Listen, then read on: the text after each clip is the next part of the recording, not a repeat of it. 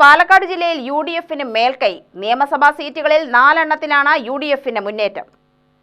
നഗരസഭകളിലെയും ജില്ലാ പഞ്ചായത്തിലെയും വോട്ടുകളുടെ അടിസ്ഥാനത്തിൽ പാലക്കാട് ജില്ലയിൽ യുഡിഎഫ് നിയമസഭാ സീറ്റുകളിൽ മുന്നേറ്റം നടത്തി. പാലക്കാട്, ചിറ്റൂർ, തൃത്താല, മണ്ണാർക്കാട് എന്നീ നിയമസഭകളിലാണ് യുഡിഎഫിന് മേൽക്കൈ. 8 ഇടതുമുന്നണിക്കും മുൻതൂക്കമുണ്ട്. ഗ്രാമപഞ്ചായത്തുകളുടെ കണക്കിലല്ല ഈ വിലയിരുത്തൽ.